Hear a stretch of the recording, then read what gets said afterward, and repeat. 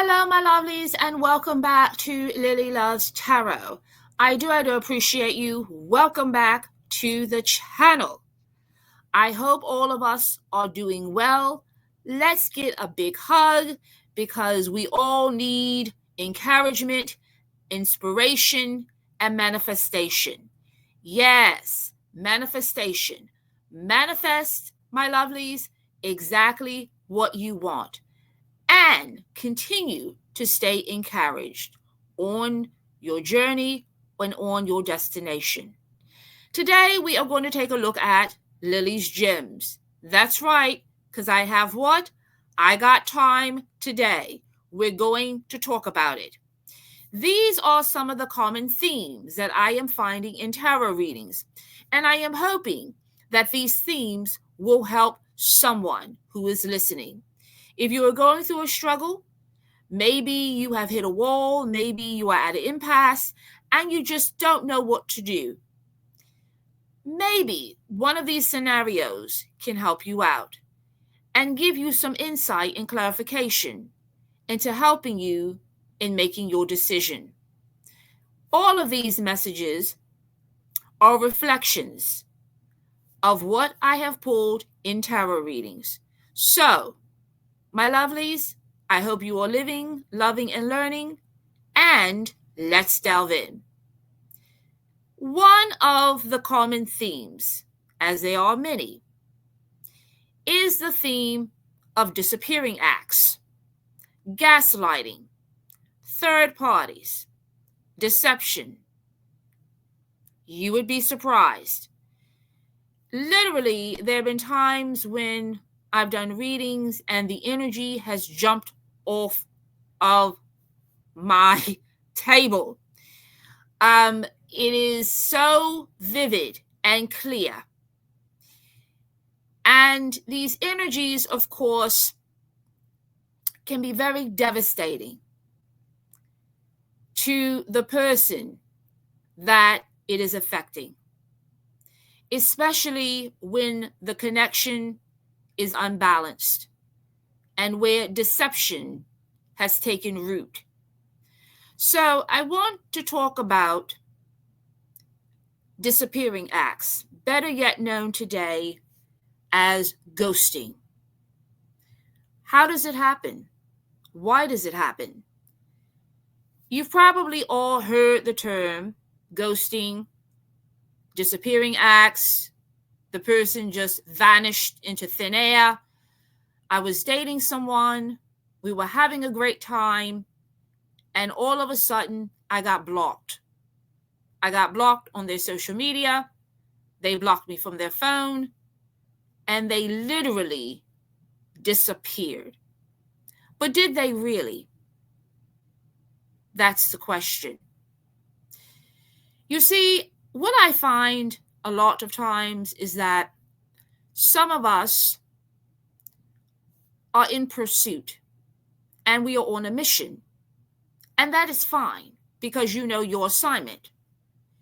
And for a lot of you, you have done the work. You've taken time, you've grown, you've graduated from one connection to the other.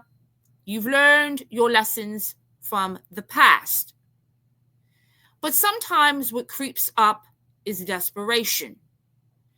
And because we are so determined to get through the journey, we don't pay attention to those that are in front of us. So let me run that back. Paying attention. What does that mean? And think about this. What are we really paying attention to? It amazes me that from years of doing readings and speaking to clients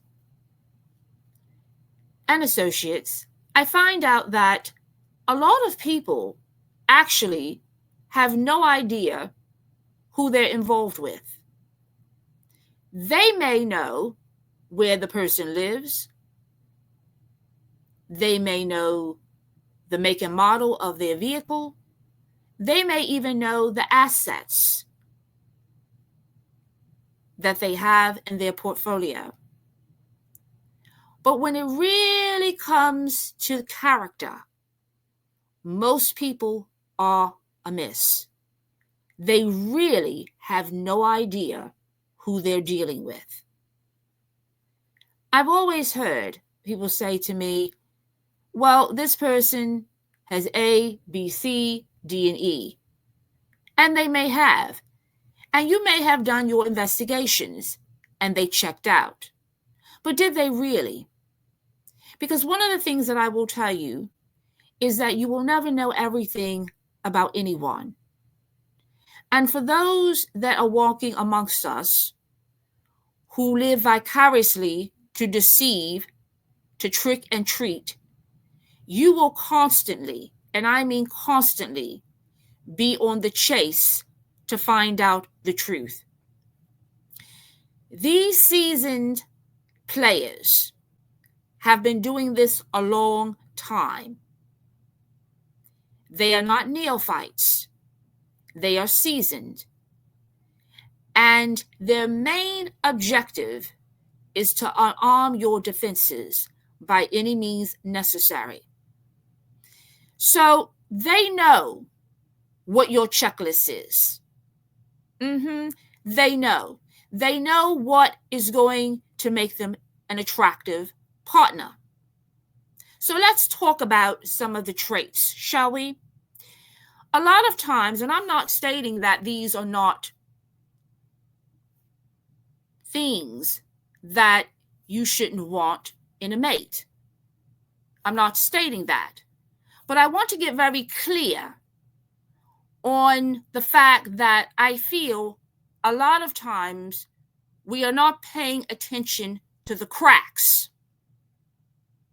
Because what is happening is the person in front of you sometimes can blind you literally with their lifestyle, their career, their assets.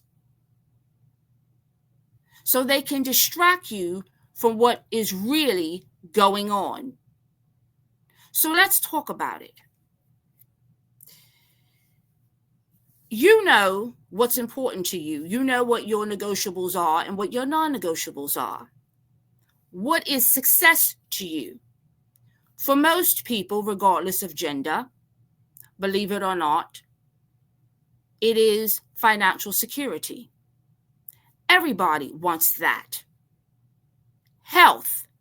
Everybody wants and needs that. Association, validation. We all want and crave it. But let's be honest here. What really makes certain people stand out? Their attractiveness, their financial well-being, their zip code, their career, their legacies, their businesses. They know what your weakness is. And that is what they spend their lifetime toning and perfecting. Very attractive people spend a lot of time being attractive. Now, there's nothing wrong with having pretty privilege. There's nothing wrong with that. But what I am trying to get you guys to understand is that pretty privilege can be used as a weapon against you in the dating world and in the mating world. And if you think that people don't know this, you're living in la la land and you've been living under a rock or in a vacuum. So when someone is not approaching you in good faith, they are going to check off all of the boxes. They're going to check them off, and they're going to check them off 2, 3, and 4 times because they want to see what is effectively working and what is not working. And they are constantly going to be fine-tuning and adjusting their way of living in order to seduce you. So it depends on the individual. For a lot of people that I have come across, when I have stated this earlier, that they don't know who they're dealing with because they have paid so much attention on the other things that the real things are being left out in the cold. Who is this person? Are you really in a monogamous relationship? Or are you just in rotation with other people? Do they really love you, or are you just giving perfect attendance and waiting for your chance? Can you answer these questions? Because most people cannot. And also, let's hit on the ghosting aspect. Why do people do it? What is the benefit? I'll tell you. I've never seen situations or situationships where there are two people and the person hits the exit and they don't have a substitute. Most people ghost to avoid accountability, so they run. But what I have also found out, in addition, is that most people do not run and hide from a connection unless they have a replacement. Now, that means that you're at a disadvantage because you are unknowingly left out in the dark and in the cold. You have no idea that this person has plans to replace you. And I'm not stating to anyone that you are replaceable. I'm just using this as an example. And I have to use this as an example because it shows you how callous people are and how dismissive they are to other people, where they can just immediately replace individuals on a whim. The point of this message is, please look deep before you leap. Make sure you are covering all of the bases. And do not get blinded by somebody's lifestyle, their credit card, or their car. Because these, although they can be important, will not sustain a relationship. Because as the old adage says, you don't buy cake for the icing. If you don't like the cake, you'll throw it away.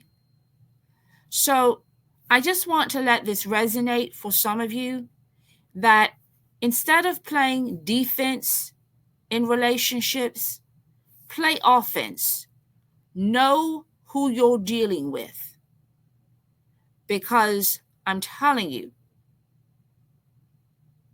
if you at least have an inkling of who you are up against, it's not a battle that you have to spend so much time fighting. So I want to thank all of you for tuning into this message. I do appreciate you. Continue to stay encouraged, be inspired, continue living, loving, and learning, and continue to manifest exactly what you want. I want to thank everyone for tuning in, for supporting Lilly Loves Tarot. We do appreciate you. Until next time, always blessings and take care.